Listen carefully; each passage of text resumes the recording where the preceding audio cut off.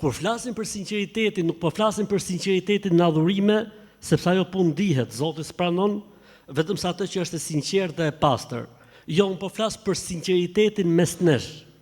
Njeriu duhet të jetë i sinqert. Njeriu duhet të jetë i çiltër, njeriu duhet të jetë i pastër. Përndryshe ikën bekimi dhe marrësia.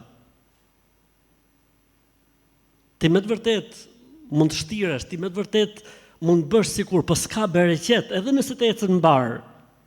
Edhe nëse ngjitesh lart, do të jesh i sinqert, dhe me njerëzit duhet me qenë i sinqert.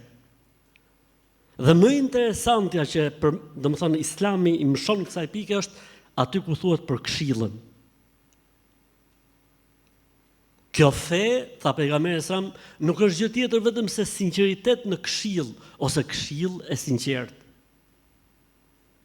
Për këtë arsye hadithi tjetër tha pejgamberi sallallahu alajhi wasallam, është e drejta e muslimanit ndaj muslimanit nëse ja kërkon një këshill të sinqert, t'ia japi këshillën e sinqert. Nëse dikujt tha i kërkohet një këshill e sinqert dhe nuk e jep me sinqeritet, ky njeri tek Zoti shkruhet tradhtar. Prandaj duhet jemi të sinqert. Madje sinqeriteti kërkohet prej nesh në gjitha situatat dhe rrethanat. Ndoshta ndonjëherë edhe mund ta dëmtojë, po s'ka problem.